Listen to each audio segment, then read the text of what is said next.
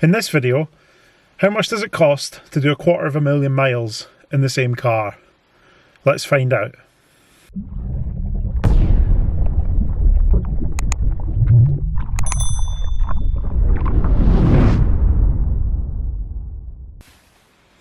Hello everyone, welcome back to the channel. I'm here in the 250,000 mile Rover 75, which you'll be glad to hear now has 12 months MOT. Managed to sort the welding out. Massive thank you to George, if you're watching this, who did the welding. Absolute hero. Managed to patch it up despite the gas and the welder not quite working correctly. Managed to get it patched up. I've got a coat of not quite the right red paint on there. I think some random Honda colour we found in the corner of George's unit. But it's close enough. It's better than painting it all black, and I'm going to get some proper Rover paint to make it look a little bit better before it goes. But for the sake of a little bit of welding and a new set of wiper blades, it now has 12 months MOT, fully road legal for another year. Perfect. Absolutely the right result, exactly what we wanted. I'm really chuffed for that, and it lives to fight another day, which is great. In this video, I'm going to look through the service history with this car, and we're going to explore just what it takes to cover 250,000 miles in a Rover 75. We have a great amount of service history with this car, and when I say service history, a lot of people get confused and think you mean a few stamps in a book, or nowadays, like so with my BMW, a few entries on the electronic service schedule record that is stored in the car. That's not a service history. That's proof that somebody changed the oil a few times. Service history is a big pile of paperwork like this. There is pretty much every invoice, receipt for anything that's been done to this car since 2003 in this file here. Now, to save juggling the paperwork, I've put it all into a spreadsheet, and I'm going to summarise by year the costs, and we're going to look at some of the big ticket items. And it's actually probably cost a little bit more than I was expecting to keep this going. Well, let's have a look, shall we? I have a spreadsheet here on this tablet thing. I might try and make this sheet available if anybody wants to see it, or at least some pictures from it, so you can have a detailed look through. But let's get started. So 2003 was a pretty cheap year, and I'd hope so. It was only a year old. £231.53, and that was just for a service. And you know, a year old car, you'd hope it didn't need any more than that. And quite surprisingly, 2004. £1,104.82. So we had the service, as you'd expect. Also a replacement wing mirror, that was £96.85. And two main dealer services in that year. One in the January at £322.94, and one in November at £274.10. Now, £410 worth of tyres. Is the 75 diesel hard on tyres? Let me know in the comments if you've got one and you find that it munches through tyres at a fair rate. Let me know. So that was 2004. Like I say, surprisingly expensive for a 2-year-old car, but then, you know, two main dealer services and a set of tyres, probably fair enough. 2005, £618.45. Again, best part of 300 quid for a service, and £330 worth of tyres. 2006, £855.75. An air conditioning regas. A repair to the wiring for the horn circuit, because it was shorting out and the horn was sticking on sometimes. A set of rear brake pads and a service. And I think by this time so it was £177 for a service. So I think by 4 years old we're going outside of the dealer network. Another £460.59 for tyres. 2007 was a big year. £2,627.66. That's £400 for a replacement fan for the air conditioning and a regas. £359 for an MOT service and front brake pads. £80 for a repair to the driver's side electric window. £125.84 to replace an ABS sensor because the ABS light was on and the speedo wasn't working properly. £182.37 for a service. £215.50 for front strut top bearings. And then the big one, £766.86 to overhaul the injectors.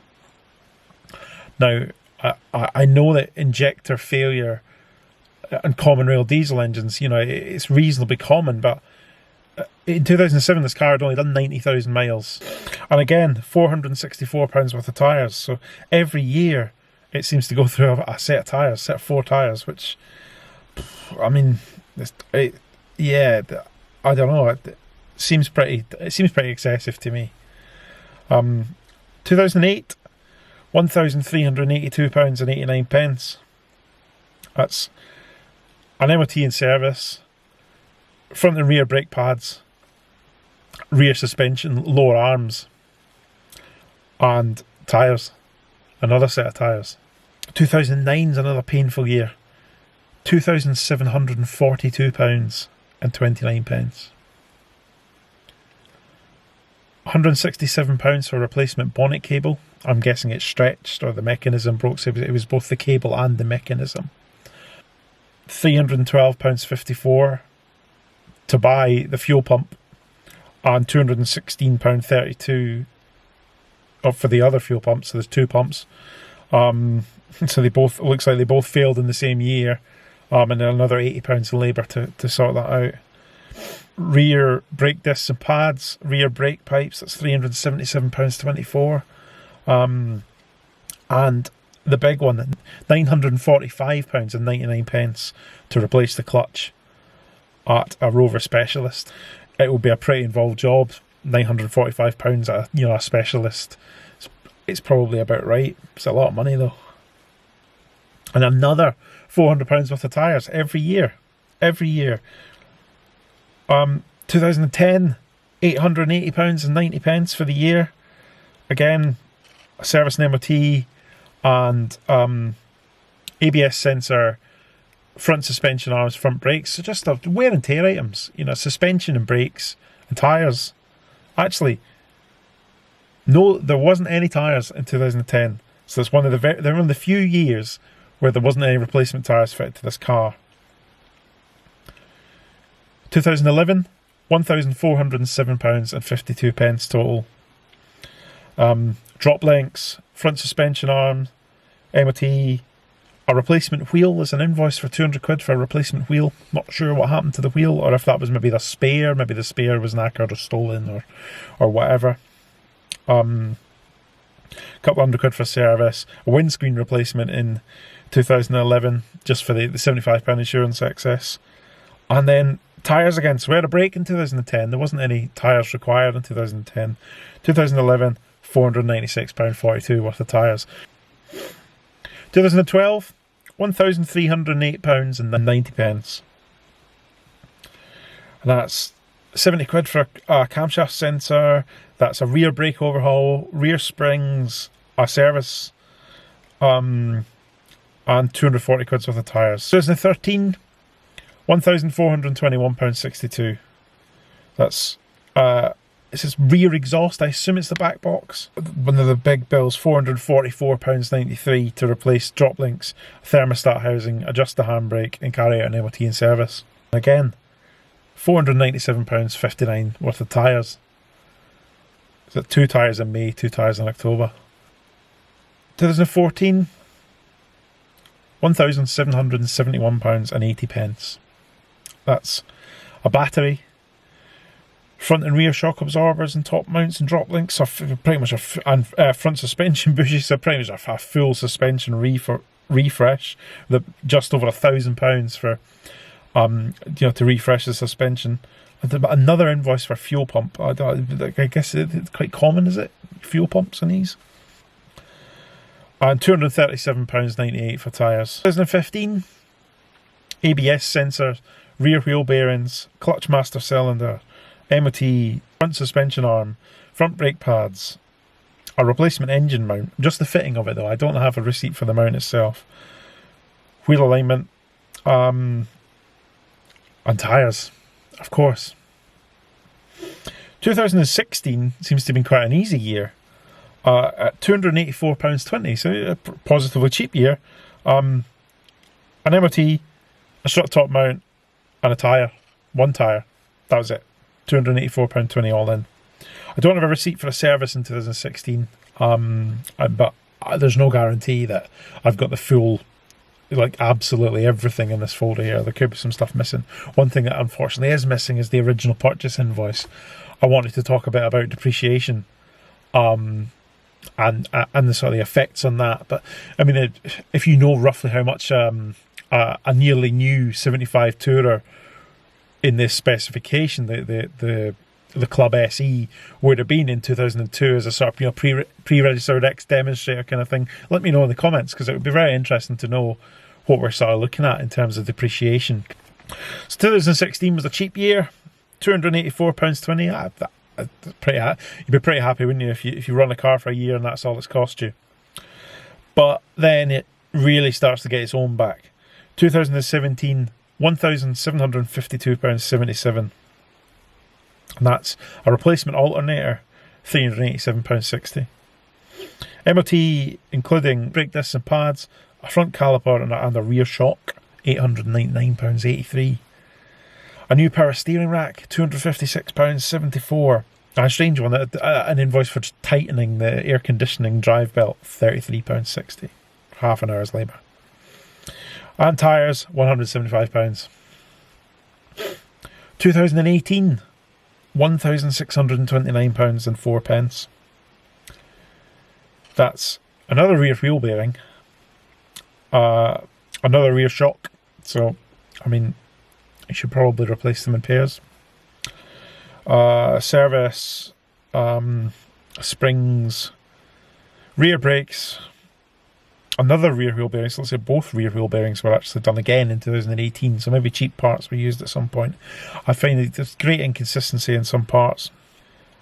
And tyres, £157.90 for tyres.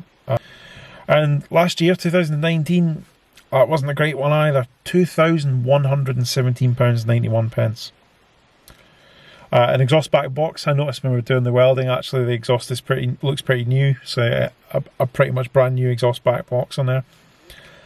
And then the big one, the rear suspension arms. So, and some work on the front suspension as well for the MOT. £1,160.82. Plus £326.20 for the actual rear suspension arms themselves. So that's, it's nearly £1,500 to sort out the rear suspension arms. It's obviously is a big ticket sort of MOT failure item in these cars. It's great that it's been done. Front wheel bearing and another repair of the tailgate strut mounts. And £250 for tyres. So that gives us a grand total from 2003 to 2019 of £23,442.61 for servicing, MOT repairs, so sundry repairs, trim parts, everything I've got an invoice for basically, and of course an awful lot of tyres. That sounds like an awful lot of money. £23,442. It's a lot of money. Make no bones about it. It's a lot of money. But this car has done 255,000 miles, so you're talking about less than 10 pence a mile. Is that actually that bad? If you look at it's a lot of these sort of lease finance deals on new cars, they'll charge you 10 pence a mile minimum for going over the sort of agreed contract mileage. So 10 pence a mile over the best part of 20 years to keep this whole thing running for 250,000 miles, I think that's pretty good going. What I think it also shows is this car, and I think you can say this about a lot of high mileage cars, it's a bit of a bargain really, isn't it? I'll be looking for £500-600 for this car when it goes up for sale, with a year's MOT, and everything, the welding done, everything done. And really for that, what you're getting is something that's actually really properly sorted. It cost twice that to do the suspension arms last year. And all of the big ticket stuff has been done, and has been done time and time and time again. Everything that wears out has worn out twice, 3 times. And apart from, obviously, massive engine failure, which can happen to a lot younger cars with a lot less miles on the clock, there's very few things that are going to see this thing as actually terminally broken. I mean, yeah, alright, it might generate some more big bills as it goes on, but it should be good for the next couple of years. I mean, I think that given that it's had a couple of years of some real big bills, it must be able to go on for a bit now without causing too much drama.